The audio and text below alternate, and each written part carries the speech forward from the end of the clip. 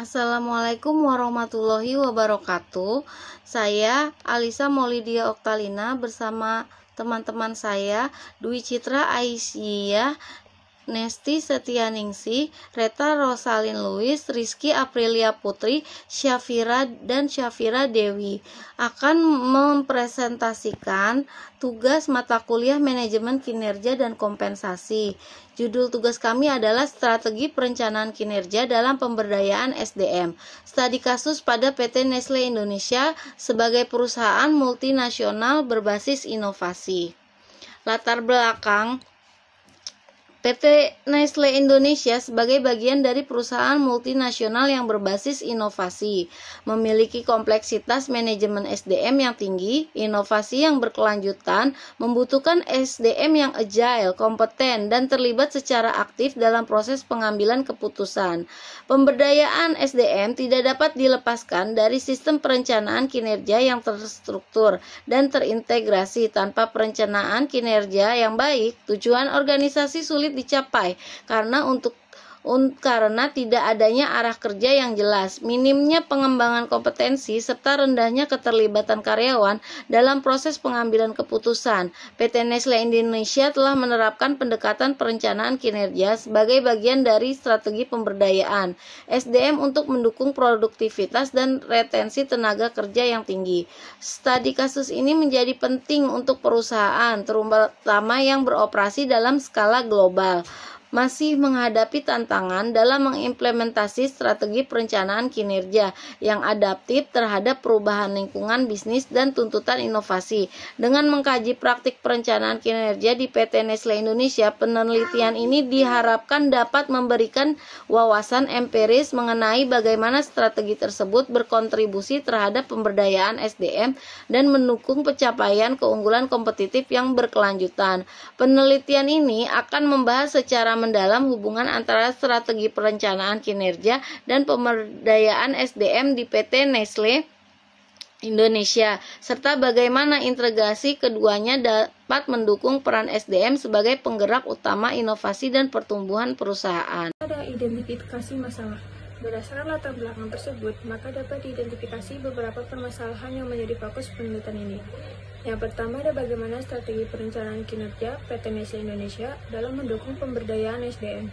Yang kedua ada apa saja kendala dan tantangan yang dihadapi dalam menyelaraskan perencanaan kinerja dengan proses pemberdayaan karyawan. Yang ketiga ada sejauh mana strategi perencanaan kinerja berdampak terhadap peningkatan kinerja individu dan organisasi di PT Nestle Indonesia. Saya akan melanjutkan pembahasan tentang perencanaan kinerja PT Nestle Indonesia. PT Nestle Indonesia menerapkan pendekatan strategi performance management yang berorientasi pada pencapaian tujuan yang jangka panjang melalui kelarasan antara tujuan individu dan strategi organisasi. Komponen utama sistem perencanaan kinerja yang dilakukan oleh PT Nestle Indonesia. Pertama, ada penetapan tujuan atau goal setting, lalu ada check-in berskala, evaluasi kerja tahunan atau annual performance review, dan yang terakhir IDP atau Individual Development Plan. PT Nestle Indonesia menerapkan komponen utama sistem perencanaan kinerja karena perusahaan membutuhkan pendekatan yang berstruktur dan terukur untuk memastikan bahwa setiap bagian dari organisasi berkontribusi pada tujuan strategisnya. Lalu, kita bisa lihat dari tabel berikut, dampak strategis Performance and Development Framework Nestle yang mendukung budaya kerja pada fokus akuntabilitas, pembelajaran berkelanjutan, dan penyelenggaraan individu, dan strategi bisnis. Lalu, PT Nestle juga menunjukkan diferensiasi dan fokus kategori nutrisi pada produknya. Hal ini menunjukkan keragaman bisnis Nestle yang memengaruhi bagaimana perencanaan kinerja dan pengembangan sumber daya manusia disesuaikan untuk setiap kategori. Pembahasan selanjutnya akan dibahas oleh rekan saya. Lanjut ke pembahasan. Tantangan perencanaan kinerja dengan proses pemberdayaan karyawan. Sebagai perusahaan multinasional yang mengedepankan prinsip people development is business development, PT Nestle Indonesia menghadapi berbagai tantangan dalam menyelaraskan sistem perencanaan kinerja dengan upaya pemberdayaan SDM.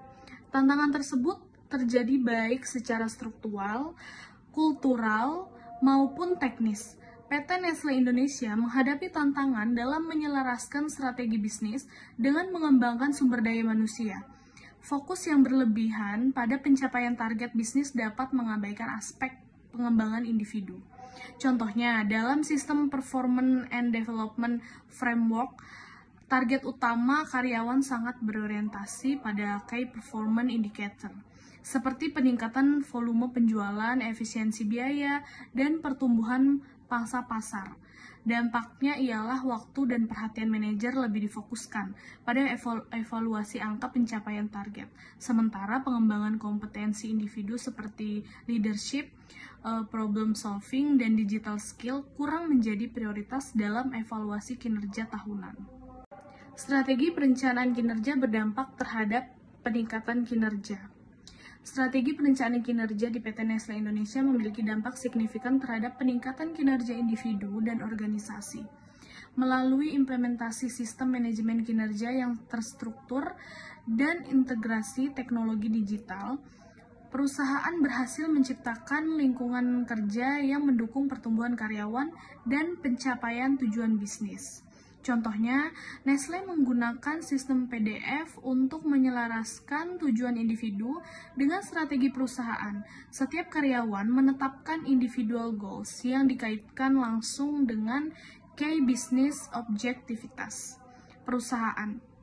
Dampaknya ialah karyawan memahami bagaimana kontribusinya berdampak pada hasil perusahaan sehingga meningkatkan akuntabilitas dan motivasi kerja. Misalnya tim supply chain yang menargetkan efisiensi 10% dalam pengiriman berhasil mencapainya karena dukungan sistem pelaporan kinerja yang jelas dan terukur.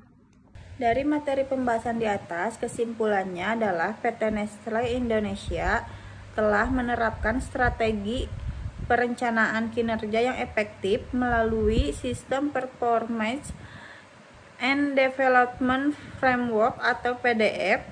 Strategi ini telah berdampak positif pada peningkatan kinerja individu dan organisasi, serta membantu perusahaan mencapai tujuan bisnisnya. Dengan menyelaraskan tujuan individu dengan strategi perusahaan, meningkatkan akuntabilitas dan inovasi kerja, serta meningkatkan efisien, PT Nestle Indonesia dapat meningkatkan kinerja dan mencapai keunggulan kompetitif. Dalam keseluruhan, strategi perencanaan kinerja di PT Nestle Indonesia dapat dijadikan contoh bagi perusahaan yang ingin meningkatkan kinerja dan mencapai tujuan bisnisnya.